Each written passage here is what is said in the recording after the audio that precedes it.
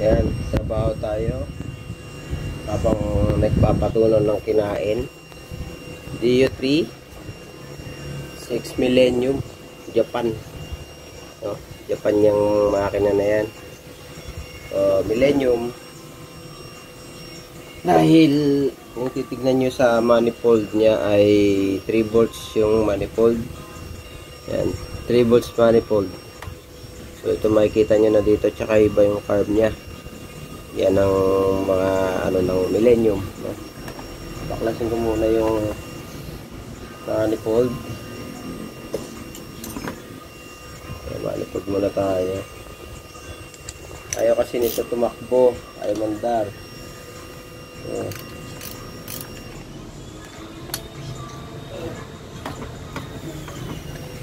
So yung live ay Taiwan, no? Taiwan specs. So ay Japan specs Millennium.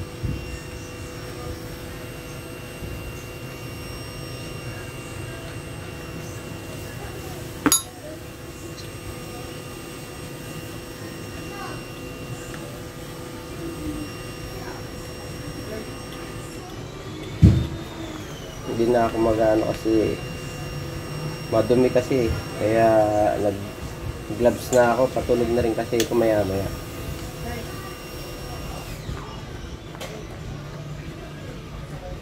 I-check lang natin yung read valve o yung head o ano yung status niya.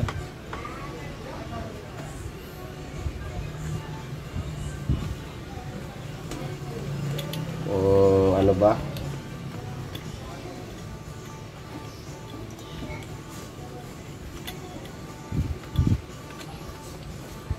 natin konti para makita nyo. Tinatanggal ko yung manifold. Papantornilyo nito. Yan. Yung red valve, okay pa. Ano, petals nya okay pa. Lilinisan lang natin, no? Red valve, petals niya o red valve. Hindi maiwalay. So sinabing Millennium ay 3 volts, no? Ayan, 1, 2, 3. Sa live ay 4 yan. 4 yung dito niya, oh. Ayan, kabitan ng manifold. 4. So saglit lang, may kukunin tayo flashlight.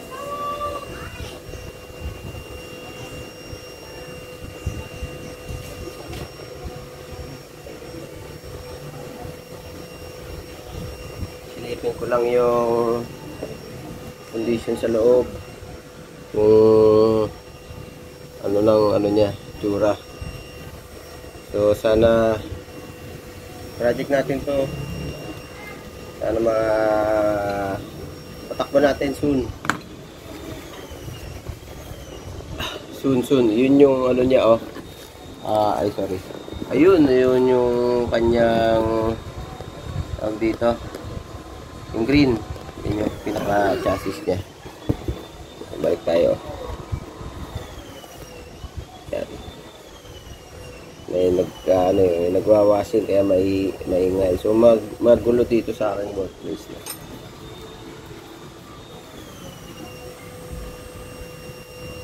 Madumi-dumi yung kanyang loob. Sign na may tubig. Stock. So maganda to, biyakin eh. Para matanggal yung mga dumi at malinis, no? Ayan. At mapalitan na rin ng oil seal, no? Ayan yung oil seal. Dalawang gilid. Kasi isa rin yan sa dahilan kung bakit tawag dito, naglo-lose compression. Ay, hindi pala loose compression. Ano siya, nakakahigop siya ng hangin, no? Ayan. Kaya nga pala, tinanggal ko na rin yung ano nito, yung tawag dito, inalis ko na yung stator saka magneto. Ayan, dito sa gilid. Ayan, wala na. Ayan, itanggal ko na yung magneto saka yung ano niya. Kasi na lang natin to kasi wala na rin silbes. Yung pinaka vacuum, no, para do sa pump, no. So inalis ko na yung kanyang stator. So tignan muna natin tong block. Anong kondisyon ng block? Nagwa-washing doon sa labas eh.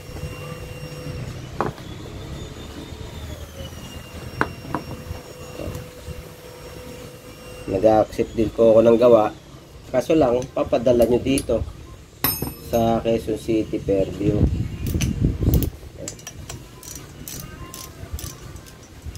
So, tatandaan nyo na sa ilalim yung may isang kabitan ng ano. Ayan. Para sa ano niya, cover. No, shroud, engine shroud. Ayan. Kasi kung impact rinse eh gabi na kasi hindi tayo makapag-impact rinse. So sorry, test lang muna tayo sa ganito. Lapit natin yung ano, ilaw kasi madilim. Ayan, kita naman yun, no?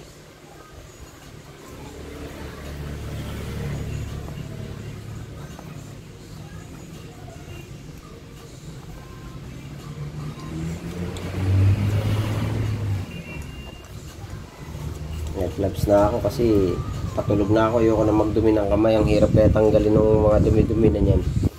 Maglalagay ka pa ng diesel o ano, o degreaser sa kamay mo.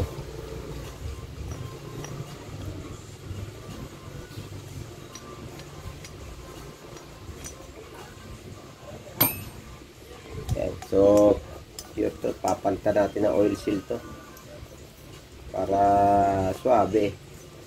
So, para walang leak.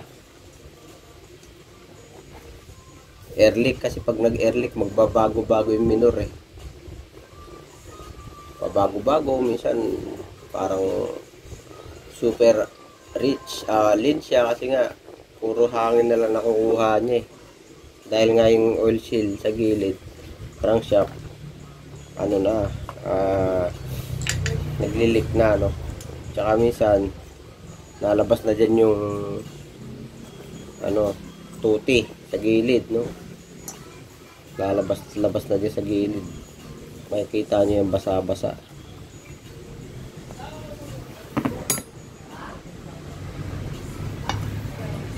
Hindi pa rin matanggal. Mahaba naman nitong tornilyo.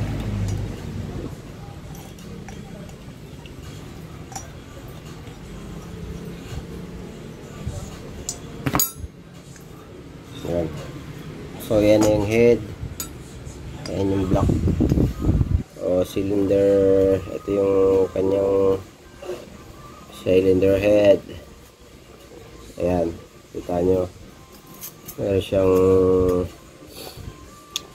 head gasket. Yan yung tinatawag nila, head gasket. Yan.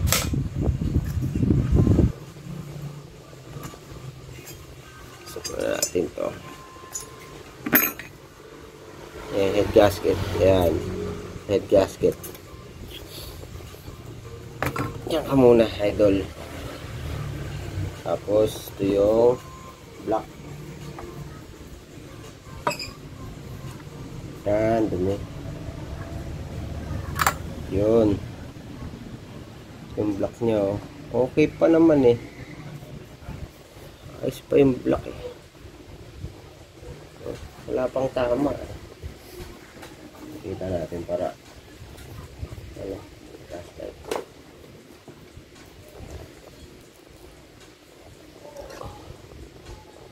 okay pa, wala pang guhit. Oh.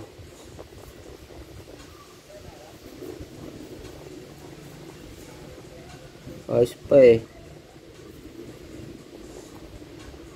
Tibay kasi yung mga ganito, Japan.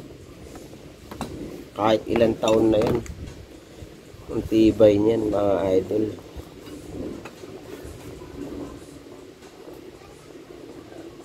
Mm. Dito. Mm.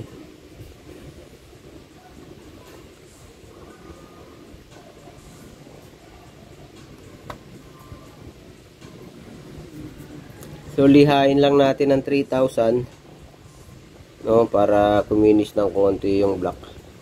Pero okay pa to. Ayos pa yan. Piston ring. Wala namang bali. Saka nasa position naman. Ayan. Lilinisin lang. So parang may tubig. Oh, nagtubig siya.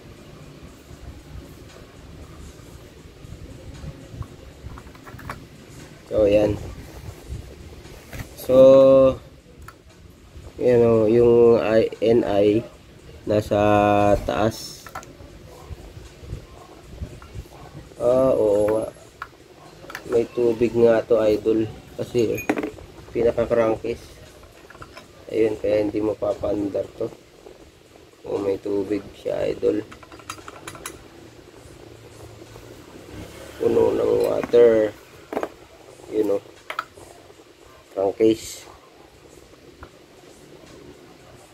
Yung crankcase niya.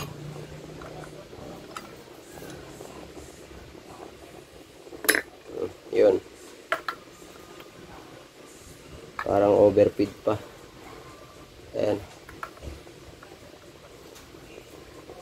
Ayos pa naman tong crankshaft. Ayan, dumi na. Alisin muna natin yung piston. So, NI nasa taas. Ayan. Parang intake kasi ito eh. Intake. Nasa taas yung pangalan. Tapos yan o. 71. 1.5. Then, dito yung exhaust niya sa ilalim. So, ganun. Simulan natin ito. Kaya, may mga tools kayo para madali kayong magtrabaho sa mga ganito.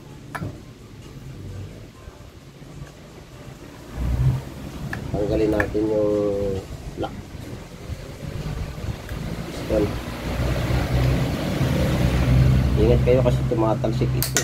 Kaya sabi ko na tumatalsik. Ito yung lock ring nya oh. Ayan. Ng piston pin. Tapos pwede nyo na itulak yan. Ayaw pa lumabas. Stock up. Hindi gumagalaw. So need ng box yan. Box. Bibiyakin naman natin tong ano. Ito.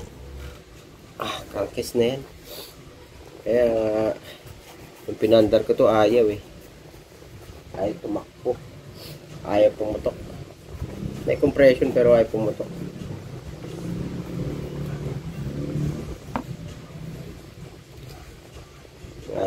Tignan natin kung ano lalabas yung pin. Kailangan natin matanggal tong ano. Tigas oh. Parang stuck na yung pin. Ito. Stuck na yung pin eh. Kaya natin dito kunin.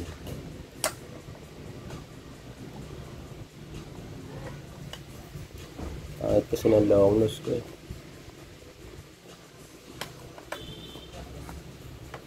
Bingot yung long nose. Tabingi. Ayan. Ayan. Kuha na natin lock ring na isa. Ayan.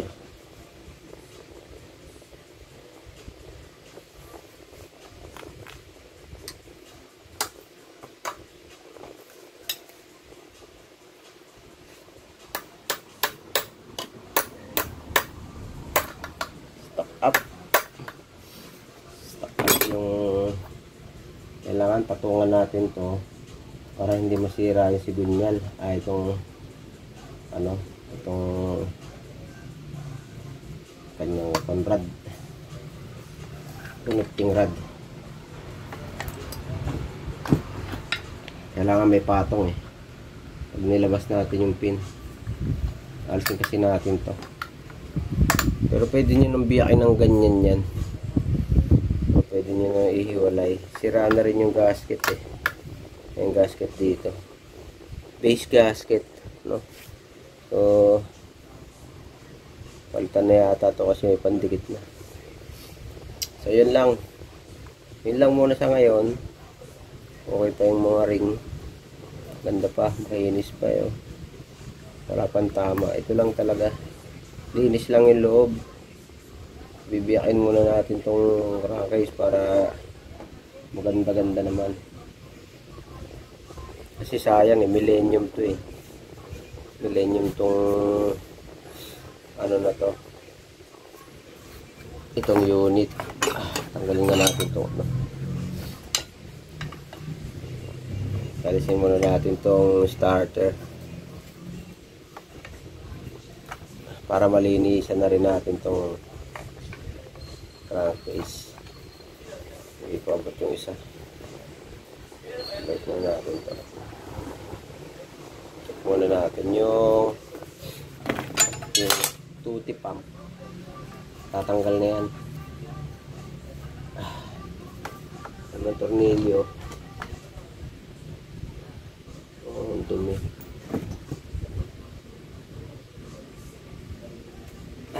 Sikatin lang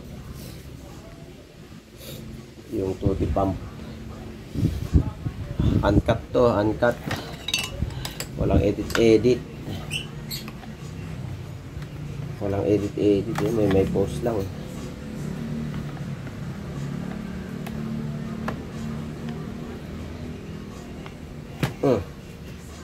Silikwat ko lang yung tuti pump. Ito yung tuti pump niya, no? Ayan, sinikwat ko lang siya para makuha. Ay, sorry. Ayan. So ito na yung tuti pump, no? Malalaman nyo kung ayos pa yan, ikot-ikutin nyo to. Ayan. Yan, dun po galing yan, dito sa may butas na yan. Yan. Okay, sa butas na yan. Yan. May gears yan doon sa loob. Yung sa sigunyal, yun. Yan dun, tamaan niya yan. So hanggang dito na lang siguro guys muna. Pag-iisipan ko muna pa natatanggalin tong pin, piston pin. Kasi sayang to, baka ano tong sigunyal eh. Okay pa eh. Kaso may ingay na rin. Siyempre sure ball, papalitan ng bearing. Wak ko siya. Yan. Pero dito muna tayo. Dali naman magbiyak nito. May bolt lang yan dito, mga number 8. Paikot. May mga video tayo na ganyan. Gusto nyo makita guys, nandun lang. Hanapin nyo sa page na sa YouTube channel natin dito para makita nyo yung proseso, no? Marami na akong biniyak na ganito eh. Hindi talaga under to sa condition niya ngayon. Kailangan malinis yung loob, kaya kailangan walang tubig para mapandar yung makina na yan. Okay guys, salamat at God bless you. Drive safe sa mga nakamotor at sasakyan. God bless you all. Thank you, and don't forget to subscribe. Pag may nakuha kayong kahit konti lang guys, no, nakakuha kayo ng konting tips or ano, tawag dito, kaalaman, no, balikan nyo naman ako, no, subscribe naman kayo sa channel ko, no, Tom's Demo. No, maraming salamat guys, at libre po yung mga tutorial natin, no, wala ito pong bayad, no. Ayan. Para matuto rin po kayong gumawa, no? At may idea kayo, magkaroon kayo ng idea sa mga ano natin, mga tutorials natin, ano, yung mga ganito. So under to guys, no, para imposible, gawa lang yan ng tao. Thank you, bye bye, and good night po. Nabi na kasi.